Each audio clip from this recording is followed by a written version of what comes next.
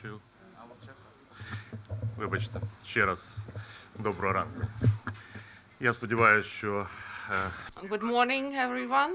I hope everyone is okay, and I greet everyone at Ukraine Crisis Media Center, those who watch us at information platforms. Great attention is paid to this event. We greet the journalists. We thank you for being with us today to highlight this important event, this briefing. And separately, I would like to thank, as a head of the board of Ukraine Crisis Media Center, I would like to thank those speakers who came here today in order to share their opinion concerning their very important topic. According to sociological surveys, this is the top priority thing, the regulation of the situation and the counteraction of aggression in the east of Ukraine and restoration of peace there. And we need to discuss this issue, especially when 1 year passed after the meeting of the Normandy Summit in Paris. And this topic is really close to me, as well as to those who are here with us today. And it is evident that this is a long-term process. It needs serious approaches, analytical approaches. I would like to say only one thing. In accordance with my experience as a participant of these negotiations from Ukraine, this needs a one-voice position, consolidated position in Ukraine. I really thank our speakers. They are the representatives of those structures who may speak about this event, the anniversary of the Paris Summit in the Normandy format. We will have political discussion. We have the spokespersons of Territorial contact group, Mr. Aristovich. He is here with us today for the first time. We will be glad to hear your position that now exists in the group 1 year after the Paris Summit. And I would like to introduce those who now deal with this issue in the parliament. I really sure that my impression about the role of the parliament, it is underestimated. And we believe that in this peaceful process, the role of the parliament is equals to the role of the president, because many issues should be resolved at the political level. This is about the package of legislation and the peaceful process. Iryna Herashchenko, People's Deputy of Ukraine, she really contributed to the process of negotiations that was really difficult, and I saw how it happened. We created conditions in Washington to help this process, and I really thank Iryna as a People's Deputy and European Solidarity representative, Ivanna Klympush-Tsintsadze, head of the Committee on Integration, and she understands the connection between the issue of and the importance of Euro-Atlantic integration and Euro-integration, and that this will help us to integrate into European processes. I'm really grateful that we have the representative of the legal committee, the head of the committee is with us, Andriy Kostin. He doesn't not only influence the consultations on legal issues, but deals with the key issues that will be considered by the parliament about Donbass, about all the legal structure. And this committee deals with these issues. Thank you very much for being with us today. Serhiy Rakhmanin, he is the representative of Voice faction. He represented his position about the Minsk agreements, about peaceful process. It is evident that the voice of the voice is really important for us. I would like to remind to you that before this, Mr. Rakhmanin was active not only as a journalist, one of the leading journalists, but also one of the leading analysts. He dealt with this topic and he knows the situation in depth. It is not about only legal issues. He has a unique vision concerning this process. I would like to stop introduction part, and now I hope that at the end of discussion we will be able to reach a single one position of Ukraine. I believe that all the problems are in Russia, beyond our borders. And we may speak about the results of the year, but we all understand that the main reason of all the problems, including non-implementation of the Minsk agreements, this is because of Russian Federation and its continuation of aggression against Ukraine. And I call it the war of Russia on Ukraine, and we should have our consolidated, well-balanced position. And for this, we need proper discussion in Ukraine with our citizens, with politicians, discussion on a professional level.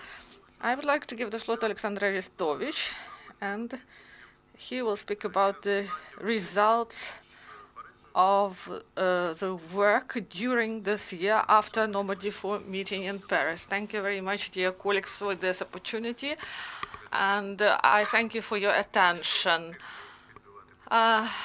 Summing up the year, what we may say, several arguments. First, Ukrainian delegation, we qualify what is ongoing as very, very slow movement. The main achievement for us is that Russia preserves the process, and we may state that the matters go according with Plan A. There are no grounds for going to Plan B.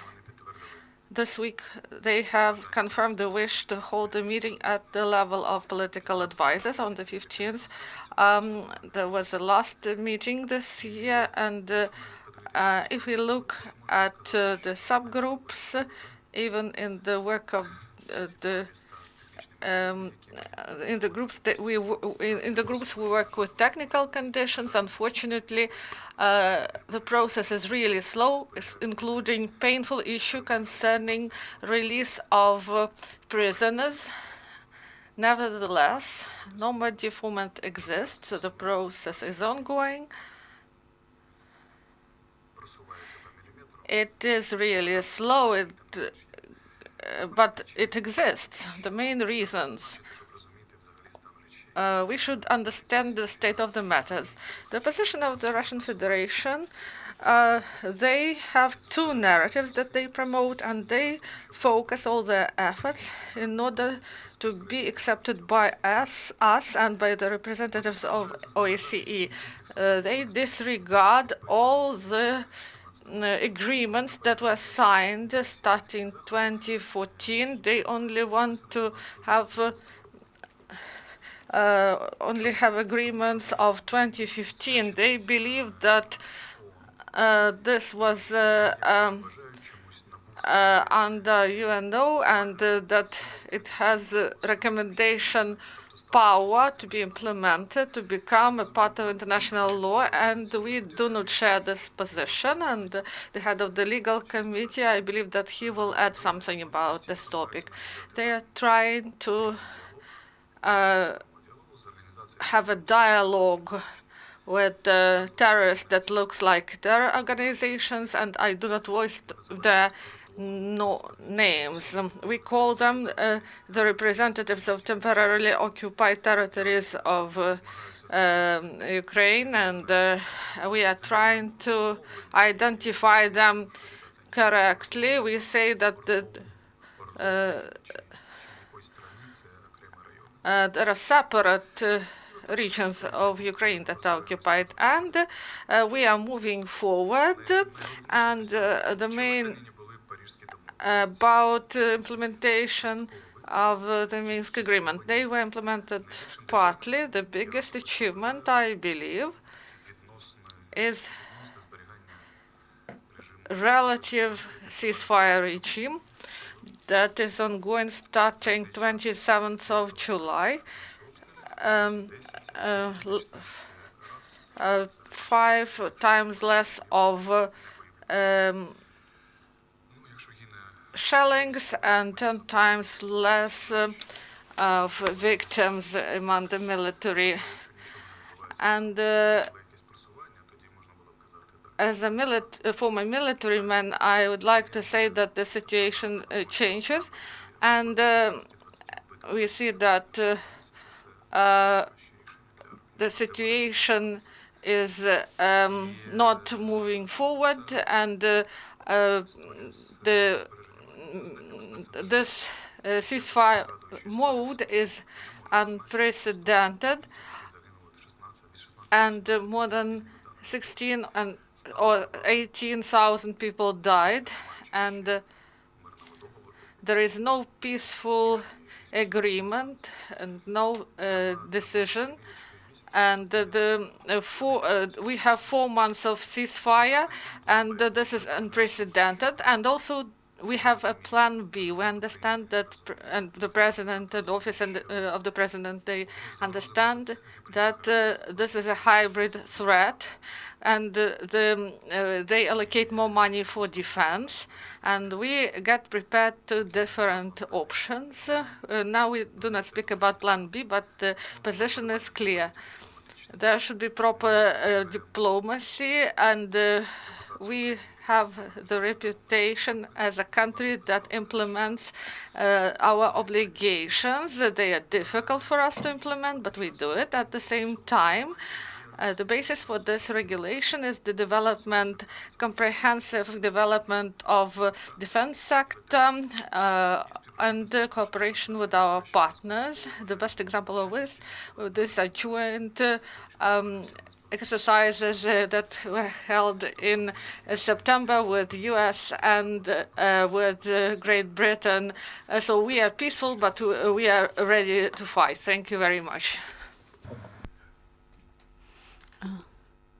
Thank you. Вже тієї теми, яка дійсно дуже важлива для нас і має свою історію стосовно правових.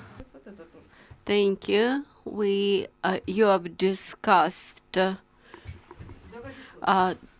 approaches, and of course, members of the legal committee of the Verkhovna Rada, they know the best upon what the approach should be based. But I would like to remind you that the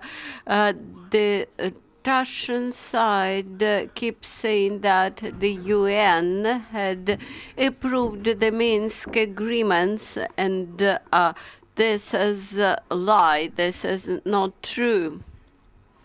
And I should say that there was an attempt to do like this, but together with the French and German side, we had stopped that attempt, and you would never find in the diplomatic documents any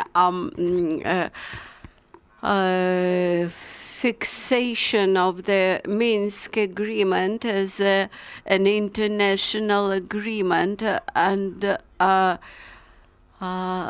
of course, many sanctions were referred to as a precondition for implementation of the Minsk agreements by Russia, but Nevertheless, this does not make these Minsk agreements the international document in full sense. Thank you for your question. I would not present my position as a coherent position of the parliamentary committee, but nevertheless, as an expert, as a member of Ukrainian delegation, and as a representative of Ukrainian delegation in a three-side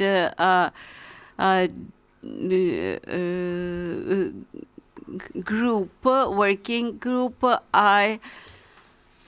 I would like to present my expert opinion and comment from this stance.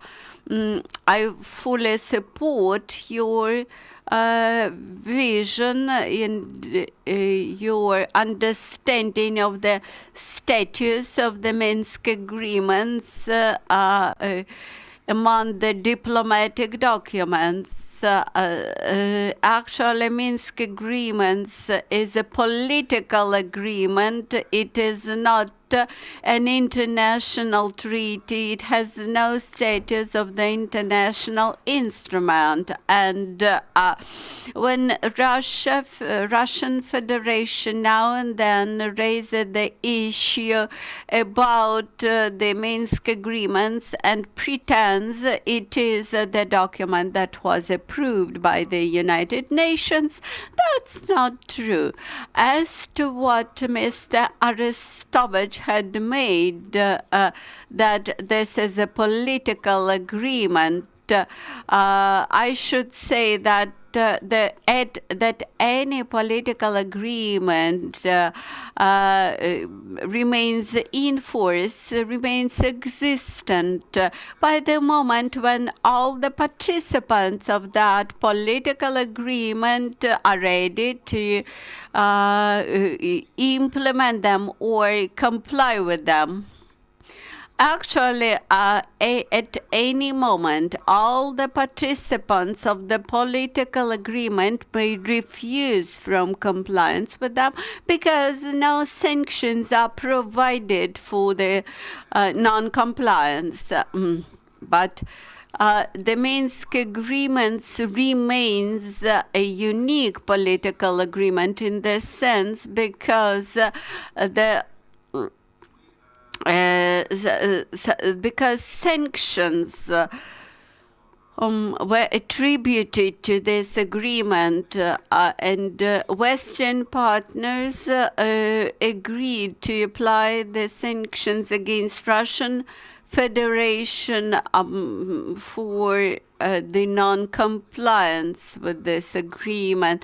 And our partners in Germany, in France, they understand what's going on in Russian Federation, and they understand that proactive and open position of Ukraine after Paris Summit, it proves that Ukraine in a full scope tries to use the opportunities opened by the peaceful process. Thus, during the last year, we had showed that we are ready to open two new checkpoints at the delineation line.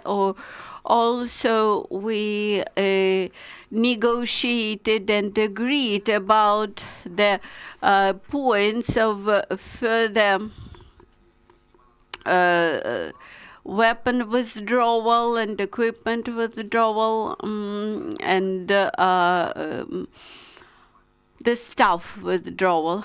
On the other hand, this is about our compliance and how we stick with our political agreement. On the other hand, when Russian Federation continues its non-compliance with the Minsk agreements and does not make their part, does not take their part and do not do what they are supposed to do, then the entire world is able to see what's going on.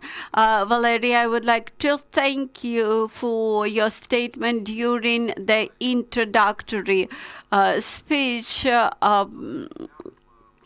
When you mentioned that Ukraine does not have any intention to reject from the diplomatic way to resolve the problem, but that we should think carefully how to do this best and what measures we should take, and that those measures should be coherently discussed and consensus should be reached between the parliament and the parliament.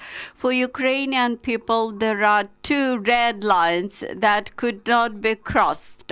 The first red line is the Constitution of Ukraine, and no document may cross this red line. And the second is the social treaty. There could be an agreement, and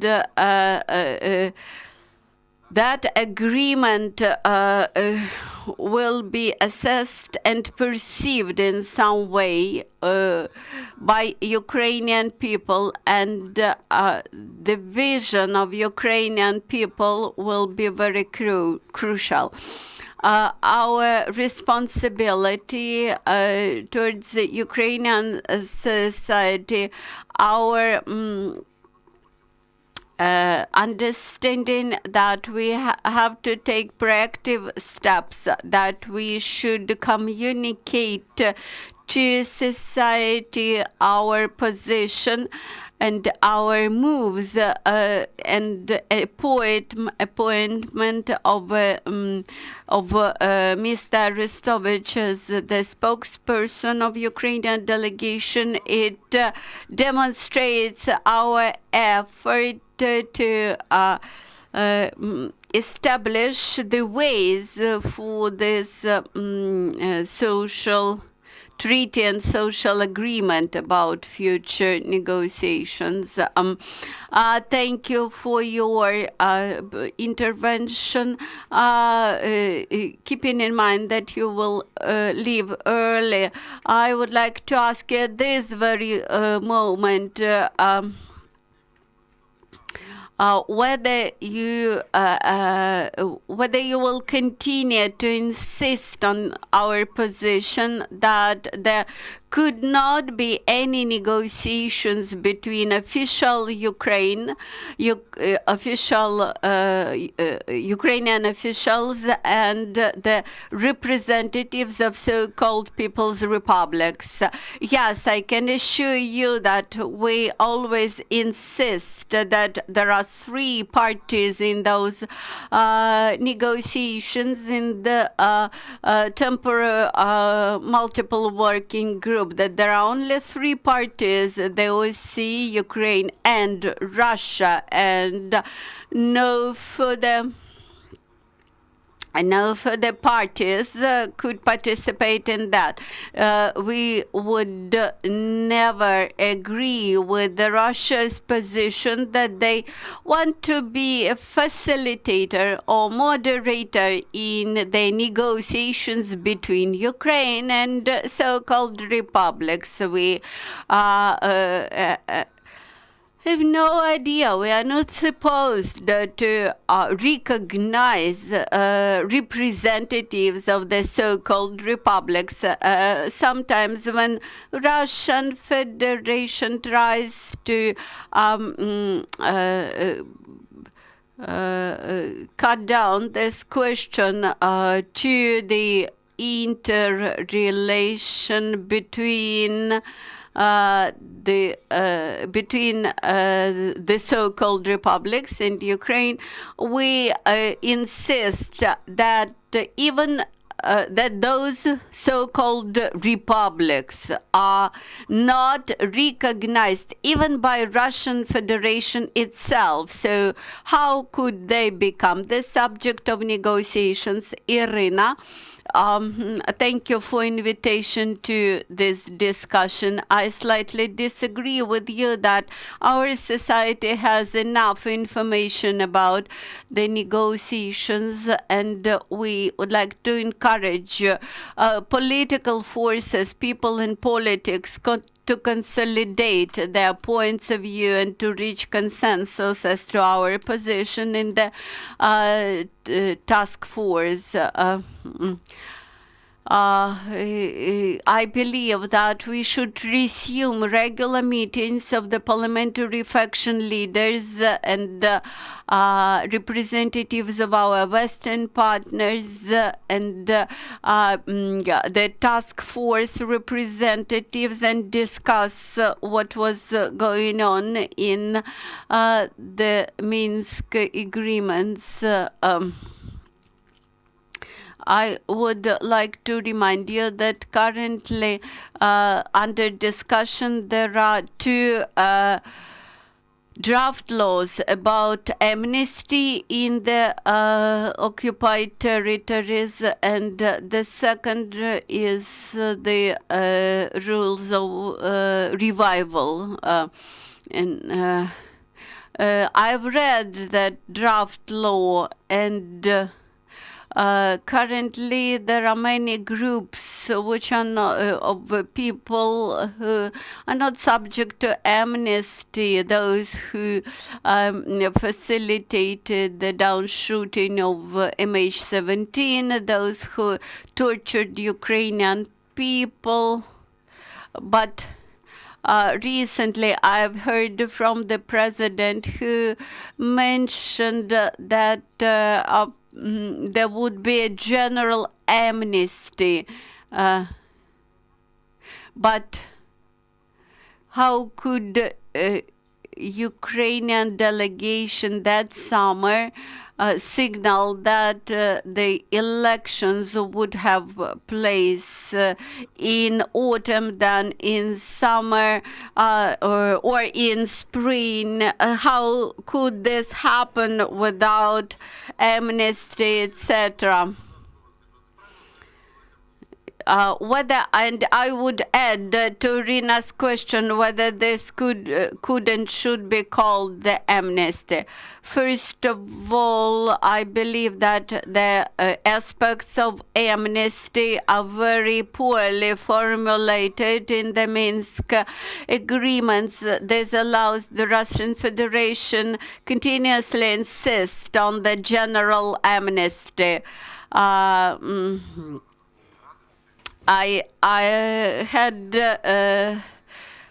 familiarized myself with the previous law, which was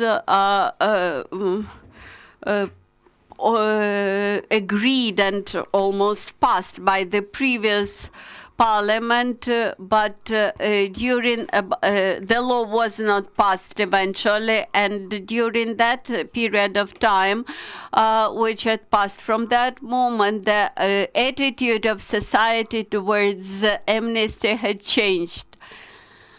What I could say that in our political task force in Minsk, we had not come closely to the review of the amnesty conditions, but my personal position is that those who committed crimes against humanity, they could not be subject to amnesty. And I believe that the amnesty is the issue of societal agreement. That is, the society has to come to consensus. That is, we can declare amnesty for the deeds which the society is able to forgive. We cannot allow amnesty as to the deeds which could not be forgiven by society. I do not think that the parliament will decide for which crimes the amnesty should be allowed, for which it should not be allowed. And I can assure you that no members of Ukrainian delegation never had a thought that the amnesty could be announced, not in line with the ODIHR rules and standards. With this, I have to apologize. I have to leave early today. Thank you very much for your position. Thank you for the major stance that you had declared, and now we have material for discussion. Iryna, since you had asked the question, perhaps you have your own vision. I would now invite you to the floor and would ask you to point out to the position and situation of those people who remain as hostages in Crimea and in Russia. And a year ago, we witnessed a big release of hostages, and what has been going since that. And another aspect which I would like to discuss is an attacks on media, the hybrid threats, and how Ukrainians should react when there are any attempts on TV channels to organize communication between Ukrainian officials, parliamentaries, etc., with whom? With unknown people, with people with uncertain positions and capacities from the occupied territories, whether they should be tolerated by the parliament, etc. Thank you for this question. I'd been dealing with the Donbas conflict for all these years, and I keep insisting that this is purely the conflict with Russia. And now when we look at the strategy and tactics of Ukrainian authorities, we can clearly recognize where there are advantages and some moves forward, and when there are disadvantages and backslashes. Mr. Zelensky had arrived to power with a statement that Minsk process should be moved forward and implemented. And nevertheless, 18 months had passed, and not much success is reached. Mr. Kostin had recognized that the Minsk agreement as political agreement is unique because sanctions are applied in result of its non-implementation. And from the very beginning, we had heard about Plan B. If the Plan A would not work, the ceasefire is the 15th ceasefire since Minsk agreements were signed, and no absolute ceasefires were never reached, actually. But the big success, and we would like to emphasize this, that the intensity of challenge is much lower. The second moment is that many hostages were liberated, including prominent people, prominent activists.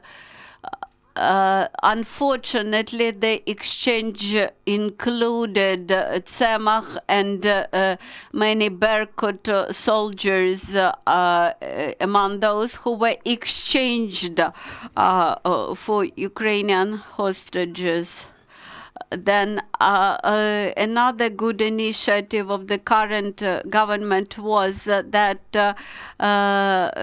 they had invited the IDPs from Donbass into the task force. The now negative consequences due to intensive shellings in last winter and spring, many Ukrainian soldiers were killed. The second liberation of hostages was negotiated all for all.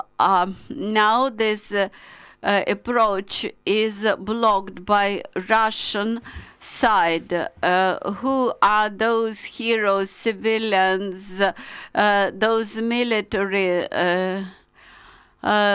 who fight for their liberation, who struggle for that? When we were doing that, we knew the names, exact names of those people who were kept in Izolyatsiya jail and torture center in Donetsk.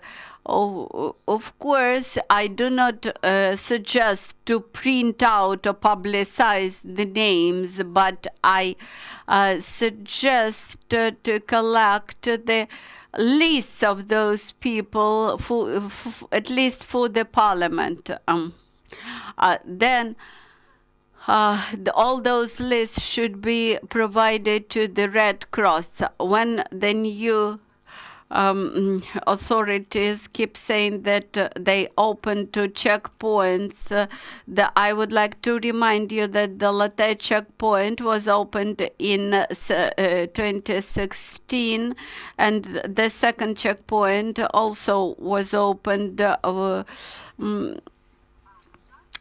for a long time, since 2017, but the Russian Federation did not allow to open them. And the last but not least, the withdrawal of forces is not our objective. Our objective is the withdrawal of heavy equipment, and this was not done. Zelensky's administration only kept speaking about the withdrawal of human forces. And now about Plan A and Plan B. It seems to me that despite those advantages and moves forward which I mentioned, there are some disadvantages which still exist. The Poroshenko's tactics was that nothing about Ukraine but without Ukraine. Last week, Putin and Merkel discussed the issues of Ukraine but without Ukraine. But unfortunately, last week with Trump, with Macron, Putin again discussed Ukraine but without Ukraine. And I would like to encourage the presidential team to apply the same approach. Nothing about Ukraine without Ukraine.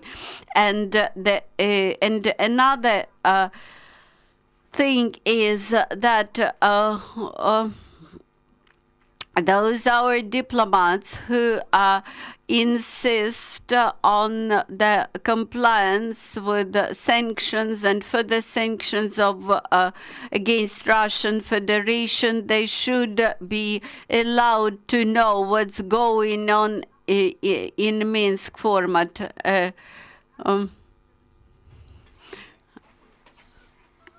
And our members in task force, they take political responsibilities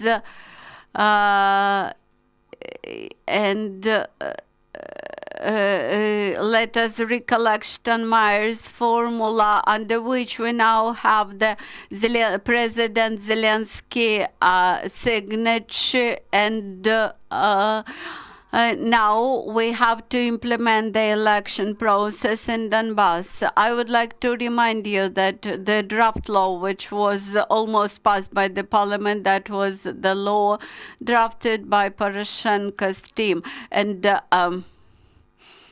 unfortunately, the resolution in Donbass is possible only through the access of the peacekeeping forces of the United Nations. And when Mr. Charlie was ambassador in the US, the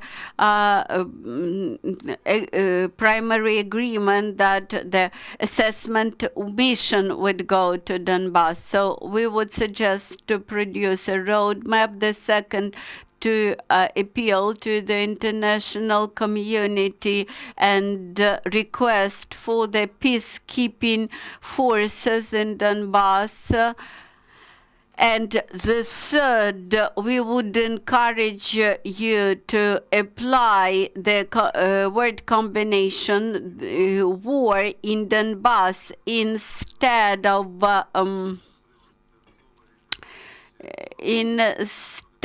the vague formulations, because that war was started by Russia, not by President Zelensky or President Poroshenko.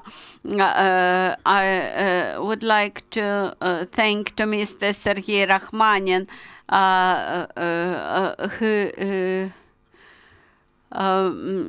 who remains with us.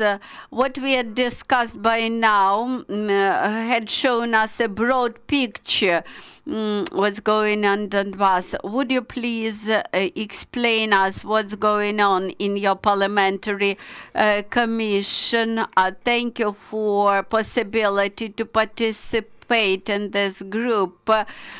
First of all, about the temporary task force, we intentionally made a pause in our activity, waiting for clear, pragmatic, and coherent, internally coherent position of power, of people in power.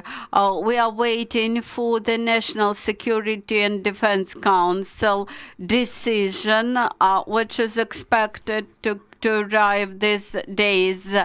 In our special task force, we have representatives from all parliamentary factions, except for opposition platform. Much was mentioned out from my understanding, but nevertheless I would like to add about the results of the Paris summit and from the moves forward afterwards. Of course, there are some positive things. I would like to add that for the first time, Ukrainian delegation tried to impose its agenda and to take proactive position. There was an attempt, partially successful attempt, to add more details to the things which had to be detailed long ago. That is creation of working group which would practically deal with transfer of the border to Ukrainian side. That is about the withdrawal of military forces, about formation of the civil and military administrations in the occupied territories, about repeal of Russian legislation in that territory, about repeal of Russian passports, about cancellation of the car plates, number plates, etc. So the practical steps which should accompany the transfer of the territory to Ukraine. I believe that this position that the Minsk process is dead, and we have to transform it, and I believe that we should, and this is positive thing, we started to appeal not to the last Minsk agreement, the third one, but to the previous one. For the first time, this approach was taken by Mr. Roman Besmertny, and this was a right and rather productive approach. Now about negative aspects, chaotic nature of Ukrainian steps, ideas, suggestions, diplomatic moves. It worked for the diminishing. It damaged Ukrainian approach. We promoted some initiatives, then we withdrew some initiatives, and our partners correctly mentioned that first decide what you want between yourselves. I even put in Mr. Fokin aside. I may comment about some statements by Mr. Kravchuk. Sometimes he expresses opinions which are his personal opinions, not official position of the special task force. Then our officials even mixed some notions and important things. Another negative aspect, we had artificially strengthened the delegation of Ukraine in Minsk negotiations, that artificially raised the weight of Ukrainian delegation, and they simplified to Russians to put forward new requests and demands to us. We had strengthened our delegation, and now actually Ukrainian government officials have to communicate with the representatives of unofficial leaders of so-called republics. I believe that we had legalized the Ukrainian representatives in the task force. Then this resulted in marginalization of the Normandy process that allowed the Russians to bring the Minsk process to the negotiations between Ukraine and the delegations of so-called republics. As at the moment we had strengthened representation and raised the level of representation in the temporary task force, the Normandy format had gone to shadow immediately. Then about obligatory participation of the parliament. The parliament does not go sufficiently what's going on in the permanent task force. The Russia knows what's going on.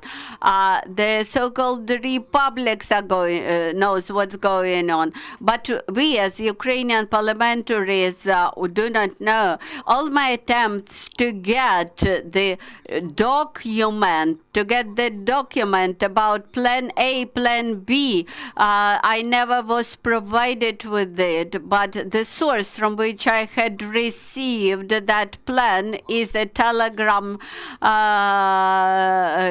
channel of the so-called Ministry of Foreign Affairs of so-called Donetsk People's Republic.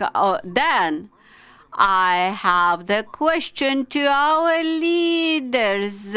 If we get information, oral information from Mr. Arestovich, etc., but we are unable to get any document, written document from the place of negotiations, from the Minsk Special Task Force, and when the resolution was discussed in the parliament, which would insist that the parliament should be informed about what's going on in the negotiations will be passed soon. I fully agree that there are red lines, and the most important red line is the Constitution of Ukraine. But due to this, the law about special status would be never supported by our faction, because it violates many articles of the Constitution, beginning with the territorial division of the country and ending with the Ukrainian sovereignty, actually, because it allows the residents of special territories, the territories which are temporarily occupied, it allows to them establish international relations and not obey to the central government. And now what was mentioned by my colleagues during discussion, which you had already had, that neither of the Minsk agreement, the first, the second, and the third, has no signs of the international document. It was not passed by Ukrainian parliament, and it has no relation to the UN resolutions. I may remind you the situation of with the situation of the Karabakh. There was the UN resolution about situation in Karabakh, but recently finished war had demonstrated that that resolution was void, actually. Neither such quasi-resolutions of the United Nations or Minsk agreements, which are nothing more than political agreements, they would mean nothing for the conflict itself. As for the withdrawal of forces, it's good on one side that Ukraine had negotiated 3 other points of withdrawal. I am very grateful to Ukrainian military officers who convinced the government that the withdrawal should not take place in the points which are critical for Ukrainian forces from the military point of view. But I should remind you that the fact of withdrawal of forces per se is more negative than positive for the residents of those territories. I can remind you about Petrivsk, Zolote, Stanitsa, Luhansk.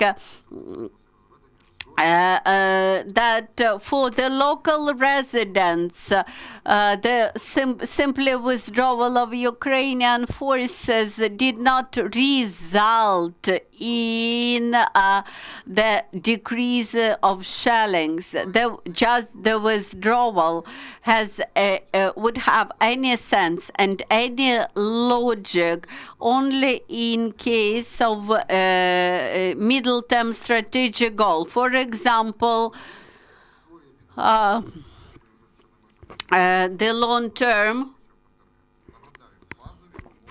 long-term strategy, like bringing peacekeeping forces, like beginning of the offensive, etc. Without security area to be established in that territory, neither UN forces nor OSCE forces would never enter it. Without a long and strong ceasefire, without full security, without mirrored full withdrawal of forces, no peacekeeping forces will enter this territory. As of now, Russians agree to abstain from shellings, that is to support ceasefire. From the moment when they decide that they want shellings back again, they would start them and the situation would worsen within several hours. The next one, the exchange with hostages. Unfortunately, they are not considered as prisoners of war, but this exchange has to be continued. Why it is hampered now? The Russians try to blackmail Ukrainian side. For Russians, even those exchanges which took place had happened only because they were very advantageous for Russian side. From political, from military sides, from PR point of view, they wanted to take the Berkut soldiers back. They wanted to get back the witness in MH17 case. They wanted to get back spies and intelligence service agents, etc. But now there is no interest for them. And now the big mistake which we continue to stuck with, all our human rights activists, some MPs from our faction, we always keep saying that we should proactively use our opportunity to remind about political prisoners in Donbass and in Crimea.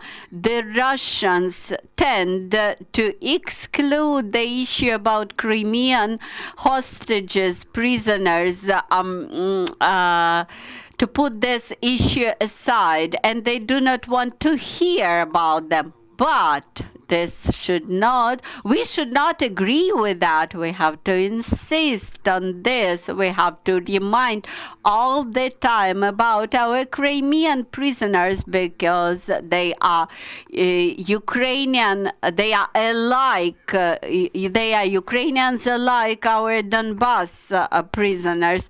Thank you, Serhiy. I have heard much interesting from you and from Iryna. Herashchenko, now as a facilitator, I would like to focus on some aspects and ask Mr. Arestovich to respond. So and my question now to you additionally, how to make your work more transparent and more understandable to the society. Of course, the parliament and politicians, they are specific persons. They have bigger access to information. They are more familiar with the process. But the question to you,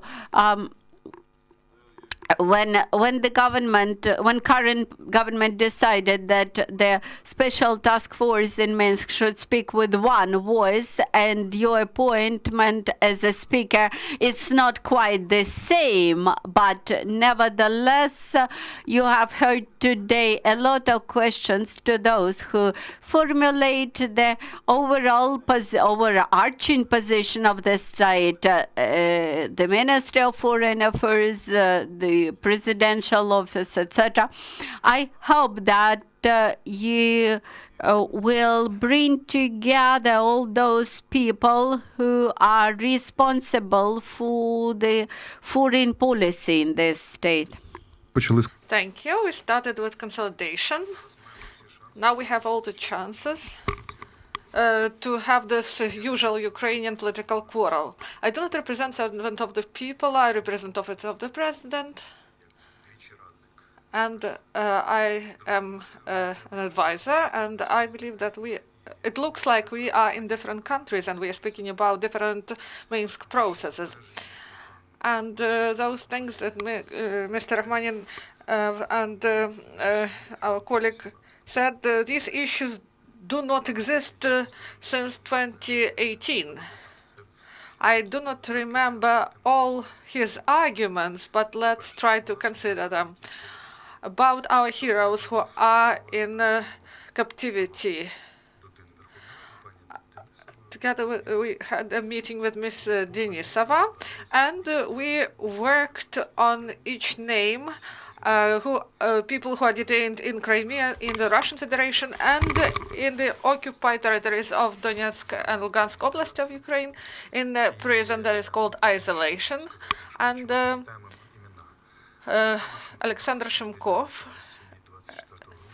he will be released on the 24th of December, and we hope that Russians won't be able to use him after release in order not to humiliate him. And the Ukrainian consul in Moscow is active in order to take this person back to Ukraine. Yes, we remember names of these people.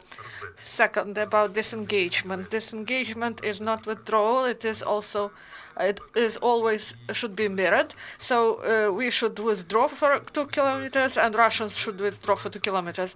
So this is humanitarian reasons. Disengagement takes place in those points where we have checkpoints, or there are ways to checkpoints, or this is densely populated area. For example, at the contact line, there are 86 cemeteries, and people go there from both sides, and these areas are shelled.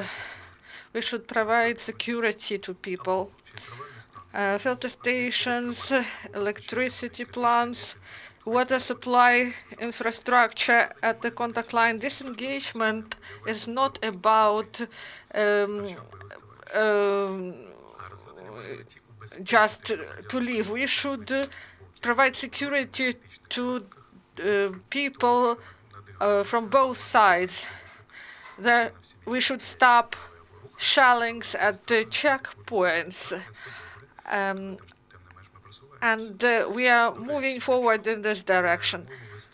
If you are speaking about creation of security zone, when should we start? From where should we start? We should start from the disengagement areas and the demining. This is the start. Second, about roadmap by Poroshenko.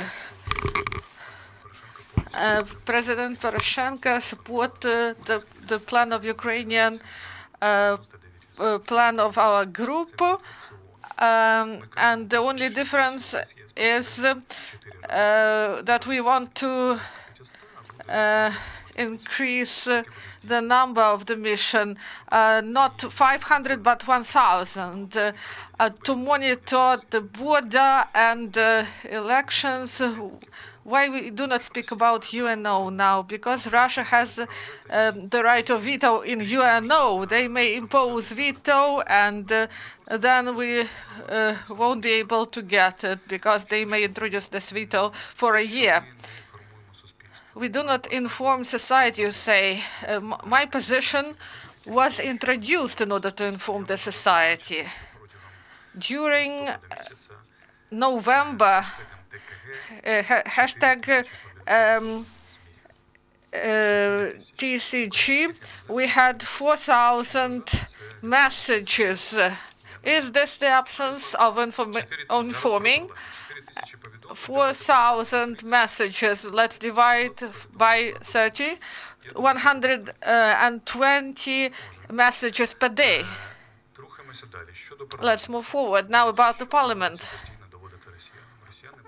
Russians, they are working through the group. They say, do you guarantee that the parliament is going to take the amendments and introduce changes to constitution? And we say that Ukraine is parliamentary and presidential republic, and the parliament stands on the first position, and our group cannot even recommend something to the parliament. This is a strong word, to recommend.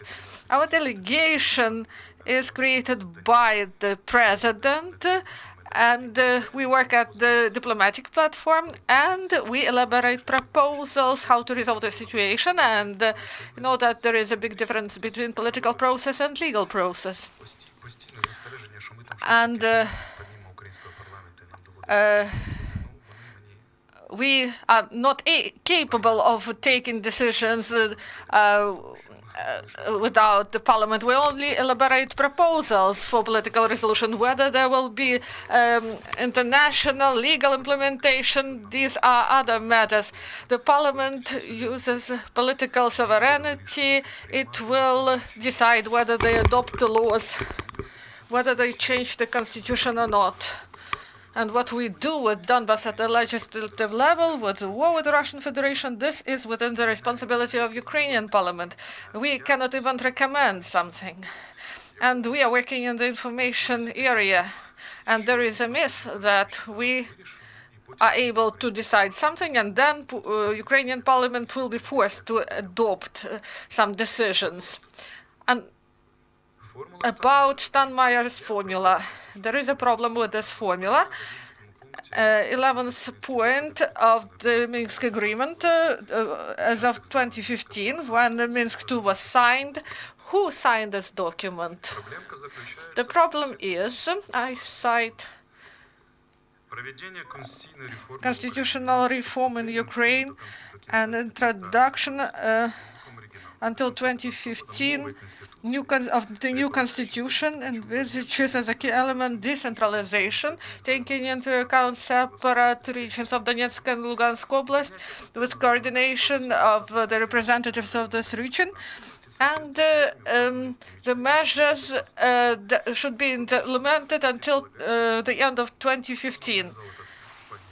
And who proposed this point, please?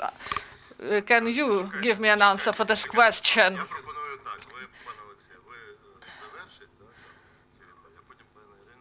And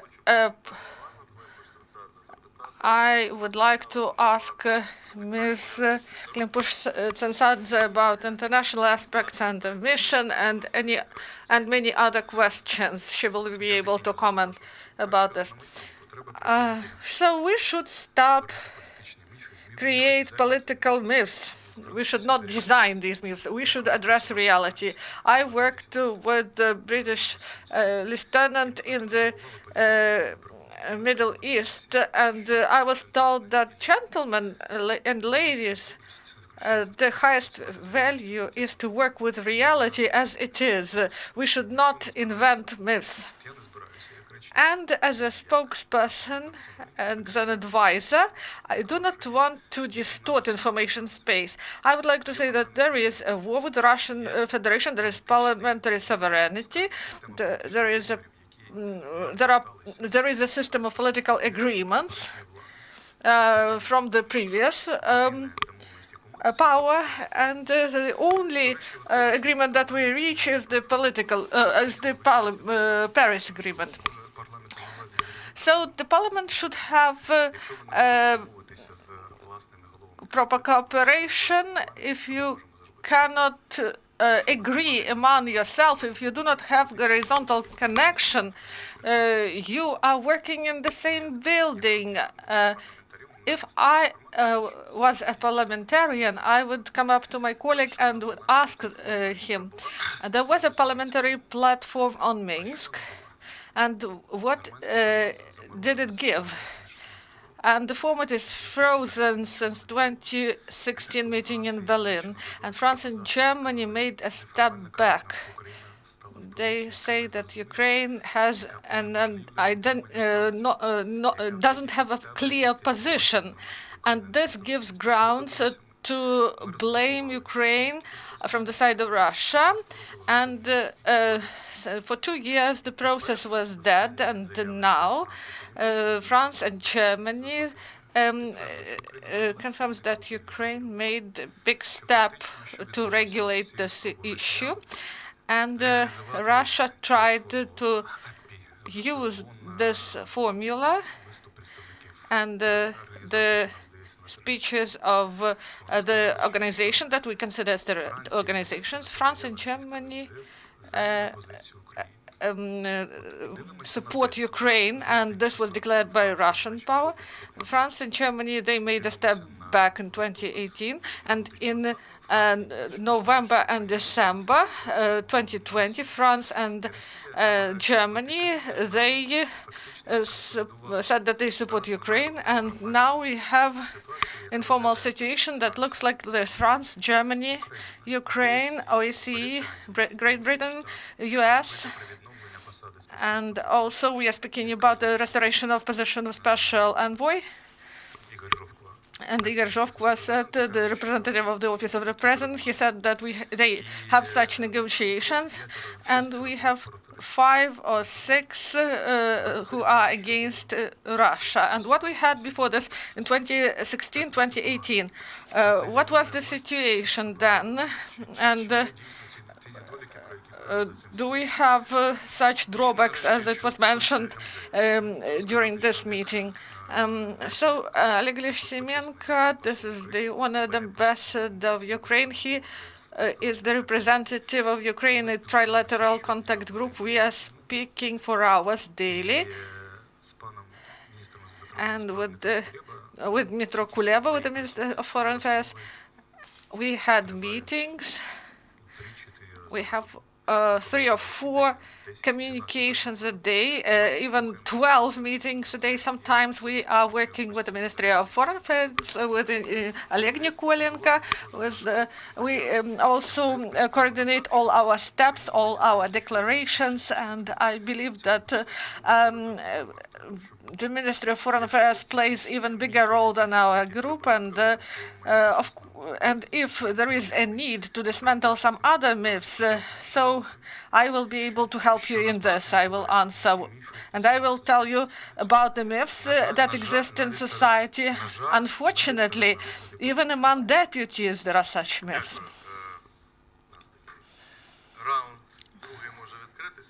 So, I would like to dismantle one more myth. Present here are the heads of the committees, of commissions. They do not have the opportunity to join the work of today's power. The situation in the parliament is like this, that all the form structures, including the main part of the committees, of commissions, they are all represented by one party. So there are questions, and we believe that we should discuss these issues. We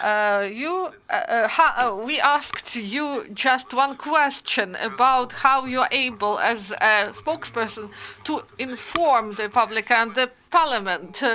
I'm ready to come and provide information. Kuleba and Yermak and the Ministry of Defense, all of them should come to the parliament. They should unite everyone. And as in US, I believe we should have some meetings with some deputies in temporary commission, and to have a group of deputies that may provide advice from previous experience. I like the phrase that we heard today, 99% everything that is done today in accordance with the plan, and that was done before, coincide. So this is the basis for consolidation. We should make the second step, those who do this, and the other side. And do we have this other side? As a moderator, I believe that when we are speaking about common things, but I do not see the involvement of the whole parliament, only the involvement of the groups. There is a problem. When we are speaking about the myths, sometimes what we call a myth is different political position. It's not the myth. These are different positions. But when we are speaking about practical things, I agree with you, we should not create myths. As an expert, I may provide my opinion. 2,000 missions of OSCE was about nothing. There was no impact. 2,000 missions. And why no mission? Because this is 30,000 minimum. And there are proper documents in the Office of the President and in the Ministry of Foreign Affairs. And it's not true that Russia may veto all decisions of UNO. There are other mechanisms. But I may also disagree with that, with what was said from other side, because we understand that it is difficult to introduce this initiative through UNO, and conditions change. And now we have better conditions to do this. And as an expert in international matters, I would like to say that the task was on the agenda for the embassies and for representatives' office. And now there is no order for diplomats to do this, but we should reinforce our activity in this area. As a moderator, I would like to give the floor to Ivanna Klympush-Tsintsadze. So a lot has been said. Please, could you comment on this, about international issues and issues about our partners in Europe, and their role is really important, not only the role of Germany and France. We mentioned Great Britain, not only EU, but also United States were mentioned.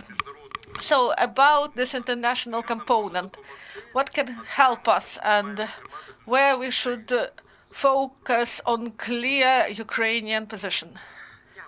Thank you very much. I would like to remind to you that the topic of this discussion is the conclusions of the year. I would like to start with several things.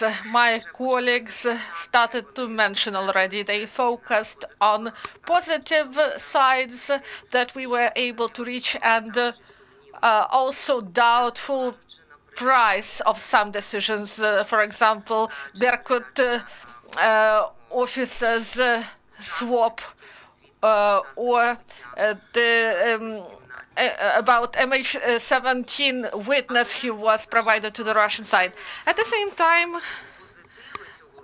there were many positives after the Normandy 4 meeting in Paris, and I believe that I won't speak about negatives that were mentioned by my colleagues.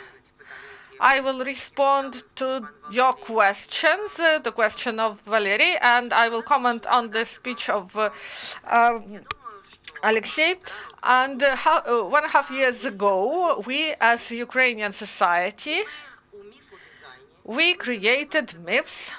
As Alexei mentioned, that allegedly it is Ukraine, and Ukraine is interested in a continuation of war, and Ukrainian leadership is interested to earn from this war. And somehow Ukrainian leadership believed that заглянувши в очі Путіну, if they look in the eyes of Putin, they will be able to reach peace. But I believe that in a year after Paris summit, we clearly understand that Ukrainian officials, they see that the key from the peace lies in Moscow.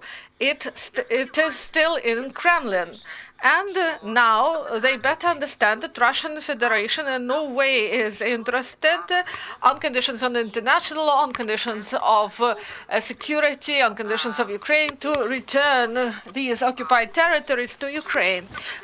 The Russian Federation, is interested to have full influence on Ukraine on the whole through creating chaos, destabilization, direct rule. They are interested in influencing Central and Eastern Europe regions, and also they are interested in going back to the big game. And Ukraine is one of the grounds where they are trying to use to return to this big game, because they cannot provide innovations to the world, ideas, values, and they cannot unite the world based on this.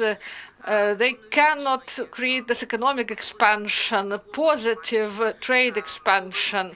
They cannot return to this big political game.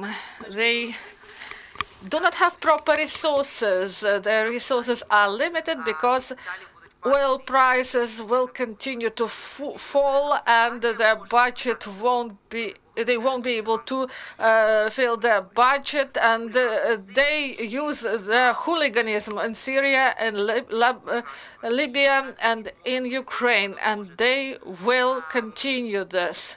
They will harm here, and in this way they will demand attention, and they will demand to speak with them.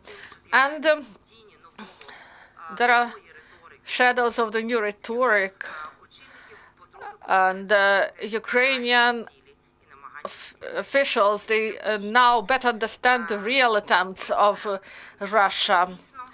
Second, we seriously lack open and clear dialogue about the attempts and intentions to get peace. And we are speaking about the instruments, how to reach peace. This is not only about conclusions of the year after the Normandy Summit meeting. This is also about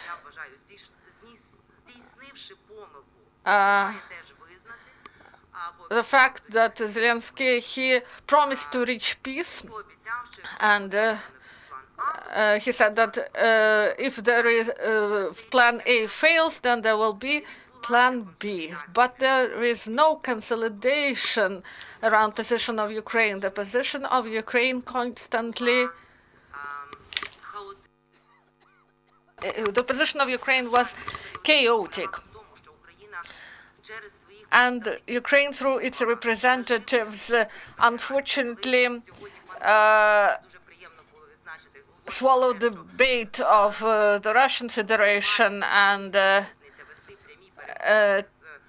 we should not hold negotiations with the representatives of these occupied territories directly, that Russia is the side of the conflict and the side of negotiations, and Russia cannot be observer. And this is a part of Ukrainian group, and together with Yermak, they coordinated the efforts to provide Russia with the status of this monitor, and we forget to coordinate with the Ukrainian society and with our international partners. And it means that our international partners, so I'm speaking about your question you've asked, Alexei. Our international partners do not clearly understand us sometimes. Ukraine, inside the country and outside, forgets to communicate its goals, tasks, its principles, its security interests, and our partners who are not direct participants of the Normandy format, but they are our lobbyists of our national security interests in NATO and in EU. Often this year asked, what is your interest? We cannot be your voice for you. What do you propose? What do you insist? Where is your comprehensive position? And Ukraine produces millions of different international plans, and as a result has different appointments in the Territorial group, and this work now is and this discussion is now more technical, Minsk format, not Normandy format, and Ukraine becomes not clear to our international partners. And we say, and it was mentioned, that elections are in autumn, then they say that the elections are on the 30th of March, then Mr. Fokin says something that is not acceptable. Or Mr. Kravchuk takes obligations and say that the parliament will work, and I guarantee something. This is about parliamentary and presidential republic. And all these things, they result in the fact that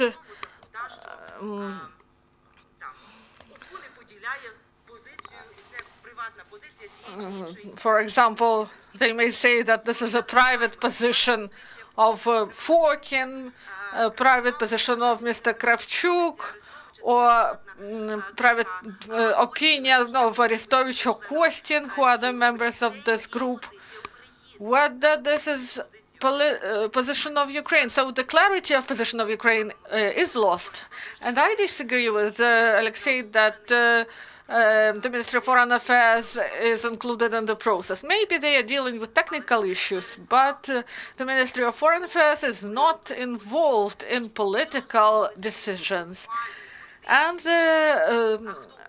those who take these decisions, these directions, at the level of the parliament and at the level of society, they cannot provide their proper position. During this year, due to this chaos in communication, both inside and outside, pro-Russian movements inside the country significantly reinforced. And this is partly a result of a chaotic position of Ukraine concerning peaceful process. I believe that this year, these attempts to requalify this conflict in Ukrainian internal discourse, they try to turn this conflict in internal conflict, and we really contribute to explain to the world and to Ukrainian society about what is going on. And now they are trying to put us back in the previous discourse.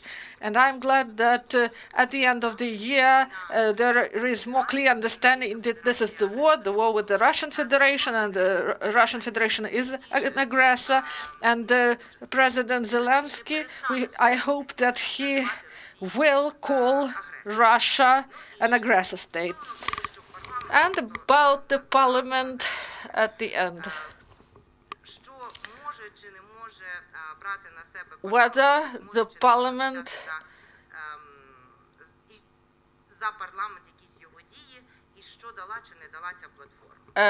is capable to benefit from the work of this platform. Maybe it is difficult to speak about efficiency of the platform. It is difficult for Iryna to tell about this issue, but this platform really contributed to the resolution of the problem. It provided the opportunity for the deputies from other factions, not only from coalition, for opposition deputies to better understand the logic of the process that was ongoing in the framework of discussions and negotiations with the Russian Federation and with our international partners. And this allowed to дискусії і перейти до консолідації позицій. go from discussions to consolidation of position. This allowed to have a proper discussion. Now we do not have this. And I think that you exceed your responsibilities when you say that in the parliament we cannot Організувати organize horizontal спілкування у communication краще відомо як in the Verkhovna Rada. безпосередньо з опушення. And you work more with the office of the president, and many things are coordinated by the office of the president. And Підважена цією цим симбіозом. there is a symbiosis of the parliament with the office of the president of Ukraine. That's why they are not independent politicians. In order to have this horizontal communication, there should be proper positions in order to do this from both sides. So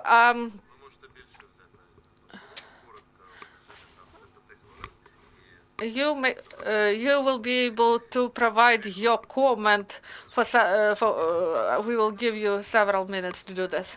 We would like to sum up and to be positive and be diplomatic to the maximum about this discussion. What was really interesting, that all the parties said that there is no alternative to the Minsk process, and during these 5 years of work and working in the technical groups, the power did a lot. First, a lot has been done by our army. They freed 70% of occupied Donbass, and unfortunately, Zelensky and his administration cannot speak about the success in freeing the lands if we are speaking about different settlements. And we wanted to liquidate this gray area because there were settlements under shelling. People didn't get payment, social benefits. And now this great gray zone is being formed. This is a threat. For me, it is difficult to hear these things. I was involved in the prisoners swap and release of prisoners, and all this happened during 2016 till 2018. And I understand that the representatives of Russian Federation and the representatives in the occupied territories and Valery Chiller asked about said about hybrid war. And recently, in one TV program, there was a deputy of Ukraine, and there was a representative of this terror organization from Lugansk Oblast. This is the only person I knew before the war. Mr. Miroshnik was our colleague, a journalist, and he headed the Lugansk TV company. And the journalists who fled from Lugansk, they said that he was directly involved in the military actions, and he compiled the lists of people with pro-Ukrainian positions in order to stop them from leaving, to take them to basements. And when I saw these people, this person, this was really painful. This is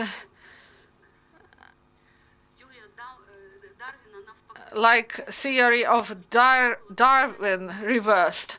The only thing that was important for me is the issue of amnesty. And he wanted to greet me, and I said that we will greet each other in the SBU office. So we should not pardon people who were involved in torture. In Lugansk TV company, in the basement, a torture room was created. And this person is participating in discussions in Ukrainian TV channels, and the power should not call things by their names. Now, about Minsk platform. Mr. Arestovich, we worked on legislation on this platform, the laws on status of those who went missing, about demining, civil demining. These are really important issues. And now I believe the power should think about transitional justice. If we are speaking about amnesty, it starts with the issues of transitional justice and who should be included. The register of victims should be created, and the register of those who perpetrated legislation, who will serve alternative sentence. And what will be the punishment for them? What will be disarmament and recognition of their guilt? There is no such discussion. There is only exchange of documents with opposition, and you should sign the documents. You had time for this, and the position of Ukrainian side, we implemented everything. In 2014, we adopted proper laws, and now the Russian Federation should exchange all for all, and you should free Ukrainian territories, leave Ukrainian lands. Thank you. Oh, well, if we come to political terms, I do not think that we should involve Mr. Arestovich to political discussions because his role in special task force is political. But let us decide what to do in such situations when on TV channel from Russian side a person whom Iryna mentioned, while on Ukrainian side we have MPs who take position. Thank you for bright examples of misdesign. Mr. Medvedchuk in 2014 lost almost all his means, while now he is the owner of 5 TV channels, and it was under President Poroshenko when he participated in the gas market redivision, when he gained monopoly and he raised all his money under President Poroshenko. It was President Poroshenko who initiated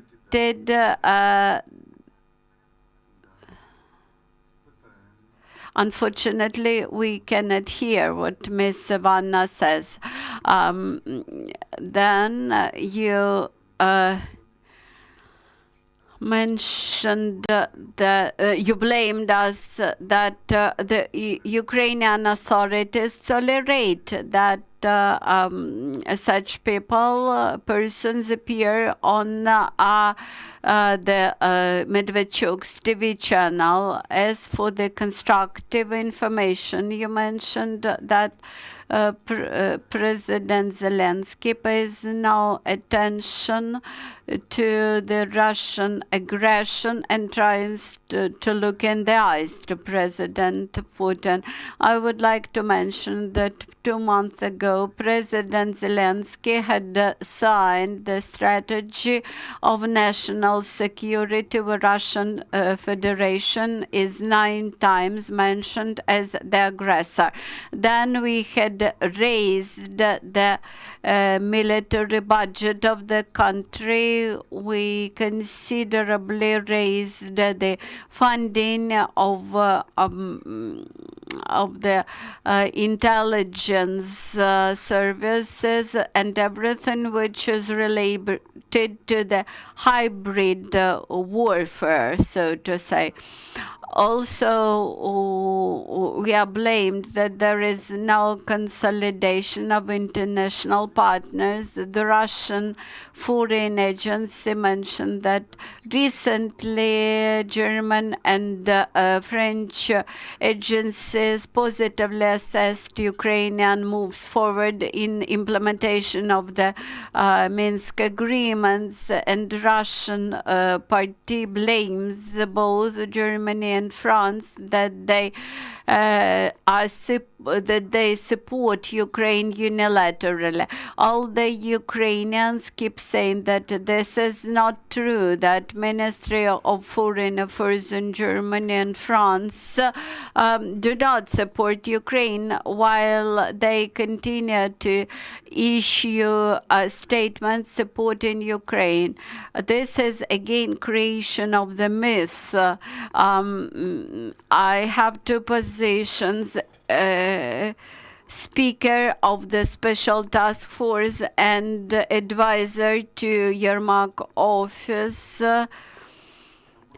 and also to the Ministry of the Veterans. My two positions prove that we had very big gaps in communications. I had been criticizing the office of the president in this lack of communication, and I decided to take it upon myself. Another example, we had again a big communication gap between the Ukроборонпром and Vice Prime Minister. And when we decided to find what was the problem, we found out that that 95% in their positions coincided, but 95%, but the communication was absent. Today, we have to thank today to the Ukrainian Crisis Media Center for organization of this discussion and for establishing strategic communication. I'm not sure whether Mr. Kravchuk would delegate me to the parliament to communicate our position to the MPs, but I think that it might be very useful.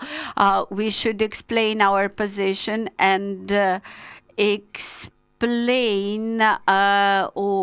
those gray areas, which seem to be gray areas. It's quite understandable why Mr. Kravchuk offered March 31 as elections, possible elections in the so-called republics.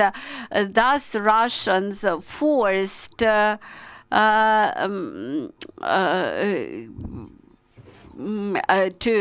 speak about details. We wanted to force Russian Federation to take a clear position. Although Mr. Danilov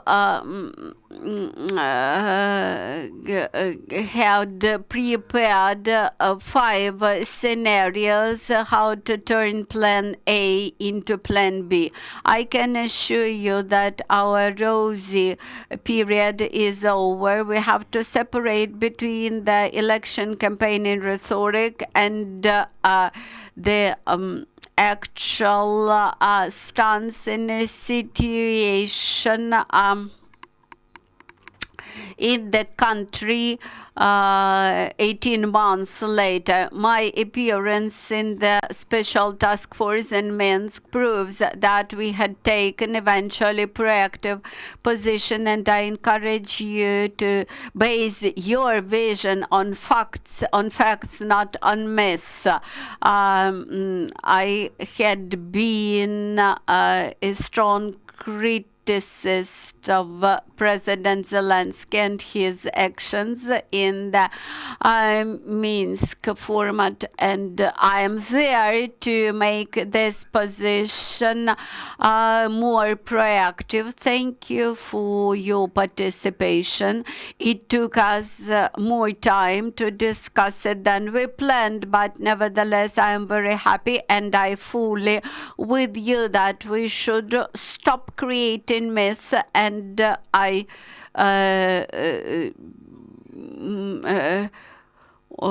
do not. I only want to say that President Poroshenko involved into signing those who participated in the killings of Ukrainian people. That's not true. I could explain and recollect what was happening minute by minute, but you understand that doing this, I might be then summoned to the security service of Ukraine. I exactly know how those signatures were collected, and I know exactly how Mr. Putin obligation was gained, and he obliged himself to withdraw Russian troops from Ukrainian territory. I would like to stop at this moment. This discussion had put an important question in place. I have seen that Mr. Arestovich is authorized with some responsibilities, some powers, and is authorized on behalf of the presidential administration. We have heard many specific and very concrete things. We are ready, absolutely ready, to provide you with a platform for communication. And we are ready for this, and we are keen to organize discussion, the security moments, humanitarian aspects, security aspects, etc. Dear journalists, if you want to take comments